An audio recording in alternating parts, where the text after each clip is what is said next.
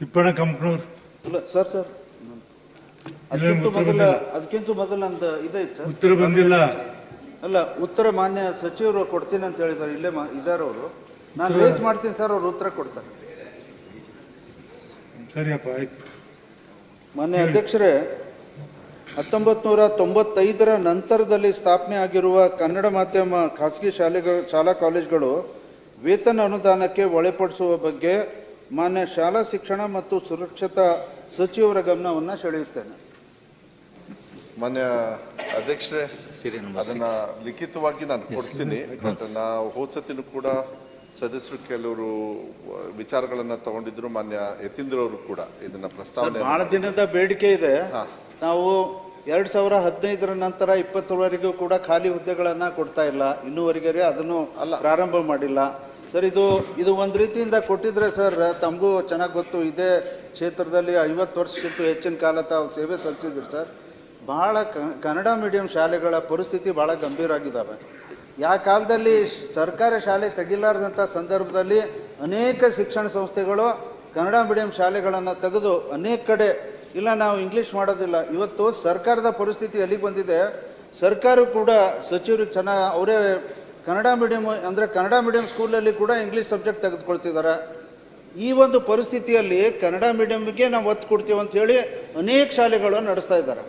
ಅದರೊಳಗೆ ಗ್ರಾಮಾಂತರ ಪ್ರದೇಶದಲ್ಲಿ ಗುಣಮಟ್ಟ ಕಾಪಾಡಿಸಿ ನಾವು ಚೆನ್ನಾಗಿ ಮಾಡ್ತೀವಿ ಅಂತನ್ನುವಂಥ ಅನೇಕ ಶಾಲಾ ಕಾಲೇಜುಗಳು ಮುಂದೆ ಬಂದಿದ್ದಾವೆ. ಅವ್ರು ಮಾಡ್ತಾ ಇದ್ದಾರೆ. ಪಾಪ ತಮ್ಮ ಅಂದರೆ ತಮ್ಮದೇ ಸೋರ್ಸಸ್ಸಿಂದ ಜಮೀನು ತೆಗೆದುಕೊಂಡಿದ್ದಾರೆ, ಕಟ್ಟಡ ಕಟ್ಕೊಂಡಿದ್ದಾರೆ. ಆದರೆ ಇವತ್ತು ಸ್ಯಾಲರಿ ಕೊಡಬೇಕು ಅಂತಂದ್ರೆ ಸರ್. 5 ನಂತರ ಎಷ್ಟು ವರ್ಷ ಮಾಡ್ತೀರಿ? ಬಹಳ ಗಂಭೀರವಾದಂತ ಸ್ಥಿತಿ ಇದೆ. ಧರಣಿ ಬಹಳ ಸಾವಿರಾರು ಜನ ಬಂದಿದ್ದಾರೆ ಕಲ್ಯಾಣ ಕರ್ನಾಟಕ ಭಾಗದಿಂದ. ದಯವಿಟ್ಟು ಮಾನ್ಯ ಸಭಾಪತಿಗಳೇ, ಇದನ್ನ ಮಾನ್ಯ ಮುಖ್ಯಮಂತ್ರಿಗಳೇ ಫೈನಾನ್ಸ್ ಒಪ್ಪಿದ್ದಾರೆ. ಒಪ್ಪಿದ್ದಾರೆ. ನಾನು ಅದನ್ನ 2 ಸತಿ ಚರ್ಚೆ ಮಾಡಿದೆ. ಫಸ್ಟ್ ಸ್ವಲ್ಪ ಈ ಫೈನಾನ್ಷಿಯಲ್ ಕನ್ಸ್ಟೆಂಟ್ ಅಂತ ಹೇಳಿ ಎಲ್ಲ ಬಂತು. 3 ಸತಿ ಮಾನ್ಯ ಮುಖ್ಯಮಂತ್ರಿ, ಯಾಕೆಂದ್ರೆ ಒಂದೇ ನಿಮಿಷ ನಾನು ಯಾವುದೇ ಅಧಿಕಾರಿಗಳಿಗೆ ಕಳಿಸಿಲ್ಲ. ಫೈನಾನ್ಸ್ ಡಿಪಾರ್ಟ್ಮೆಂಟ್ ಅಂತ ಹೇಳಿ ಫೈಲ್ನ ಕಳಿಸೋದು ಅದೆಲ್ಲ ಮಾಡಲಿಲ್ಲ ಈ ವಿಚಾರದಲ್ಲಿ. ಯಾಕೆಂದ್ರೆ ಕನ್ನಡನ ಉಳಿಸ್ತಕ್ಕಂಥ ಕೆಲಸವನ್ನ ಈ ಯಾರ್ಯಾರು ಇನ್ಸ್ಟಿಟ್ಯೂಷನ್ಸ್ ಮಾಡ್ತಾ ಇದ್ದಾರೆ. 1995 ಮೇಲೆ ಏನೇನು ಅನುದಾನವನ್ನು ಒಳಪಡಿಸಿಲ್ಲ. ನಾನು ಮಿನಿಮಮ್ ಕನಿಷ್ಠ 10 ವರ್ಷನಾದರೂ ಕೊಡಬೇಕು ಅಂತೇಳಿ ಮಾನ್ಯ ಮುಖ್ಯಮಂತ್ರಿಗಳಿಗೆ ಮನವಿಯನ್ನು ಮಾಡಿದ್ದೀನಿ. ಅವರು ಪಾಸಿಟಿವ್ ಆಗಿದ್ದಾರೆ. ಅದನ್ನು ಆದಷ್ಟು ಬೇಗ ತೀರ್ಮಾನವನ್ನು ಕನ್ನಡ ಭಾಷೆಯನ್ನು ಉಳಿಸ್ತಕ್ಕಂಥ ಜವಾಬ್ದಾರಿ ಆಗ್ತದೆ. ಒಂದು ಕಡೆಗೆ ಶಾಲೆಯಲ್ಲಿ ಅವ್ರು ಕೋರಿಕೆ ಮಾಡೋದನ್ನ ನಾವು ನನ್ನ ಹತೋಟಿಗೆ ಬರೋದಿಲ್ಲ. ಆದರೆ ಕನ್ನಡ ಮೀಡಿಯಂನ ಇವ್ರು ತೆಗೆದು ಮತ್ತು ಅದನ್ನು ಮಾಧ್ಯಮವನ್ನು ಉಳಿಸ್ಬೇಕು ಅಂತ ಹೇಳೋರಿಗೆ ಗೌರವವನ್ನು ನಮ್ಮ ಸರ್ಕಾರದಿಂದ 100ಕ್ಕೆ 100 ಸಹಕಾರವನ್ನು ನಾವು ಮಾಡ್ತೀವಿ.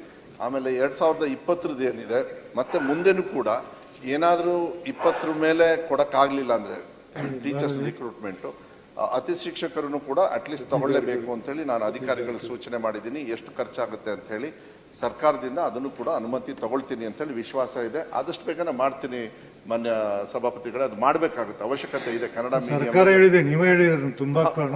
ಹೌದು, ಅದನ್ನ ಇಲ್ಲ ಮಾನ್ಯ ಮುಖ್ಯಮಂತ್ರಿಗಳ ಜೊತೆಗೆ ಮಾತಾಡಿದ ಆದಷ್ಟು ಬೇಗ ತೀರ್ಮಾನವನ್ನ ತಗೊಂಡು ಅದಕ್ಕೆ ಒಂದು ಅವಕಾಶಗಳನ್ನ ಮಾಡ್ಕೋಬೇಡಿ. ಮುಖ್ಯಮಂತ್ರಿಗಳು ಮಾತಾಡಿ ಚರ್ಚೆ ಆಗಿ ತುಂಬಲಿಕ್ಕೆ ಅನುಮತಿಯನ್ನು ಸರ್ಕಾರ ಆಜ್ಞೆ ಹೊರಡಿಸಿದೆ. ಮತ್ತೇನು ಮುಖ್ಯಮಂತ್ರಿಗಳು ಮಾತಾಡ್ತೀರಿ?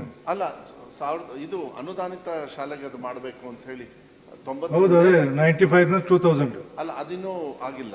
ಬರೀ 2016ರಿಂದ 2020 ಖಾಲಿ ಇರ್ತಕ್ಕಂಥ ಹುದ್ದೆಗಳನ್ನ ತುಂಬೋದಕ್ಕೆ ಬಟ್ ಅವ್ರು ಕೇಳ್ತಾ ಇರೋದು 2095 ಮೇಲೆ ಅನುದಾನ ಇಲ್ಲ. ಒಂದು ನಾನು ಸದನಕ್ಕೂ ಹೇಳಲಿಕ್ಕೆ ಇಷ್ಟಪಡ್ತೀನಿ, ಕನ್ನಡದ ಮಾಧ್ಯಮವನ್ನು ಉಳಿಸ್ತಕ್ಕಂಥ ಒಂದು ಜವಾಬ್ದಾರಿ ನಮ್ಮ ಸರ್ಕಾರದ್ದೇನಿದೆ. ಆದಷ್ಟು ಬೇಗ ಒಳ್ಳೆ ತೀರ್ಮಾನವನ್ನು ಅದ್ರ ಪರವಾಗಿ ತಗೊಳ್ತೀನಿ ಅಂತೇಳಿ ಸದನದಲ್ಲಿ ನಾನು ಹೇಳಲಿಕ್ಕೆ ಇಷ್ಟಪಡ್ತೀನಿ. ಮಾನ್ಯ ಮುಖ್ಯಮಂತ್ರಿ ಜೊತೆಗೆ ಇದನ್ನ ಚರ್ಚೆನೂ ಕೂಡ ನಾನು ಮಾಡಿದ್ದೀನಿ. 10 ವರ್ಷ ಅಂತ ಹೇಳಿದ್ರೆ ಬಹಳ ಒಳ್ಳೇದು ಸರ್. 1995ರಿಂದ 2005 ತೆಗೆದುಕೊಂಡು ಒಂದು ಆದೇಶ ಮಾಡಿ ರೈಟಿಂಗ್ ಅಲ್ಲಿ ಕೊಟ್ಟರೆ ಬಹಳ ಉತ್ತಮ ಆಗುತ್ತೆ ಸರ್. ಧನ್ಯವಾದ ಸರ್. Thank you. ಹರಿಪ್ರಸಾದ್.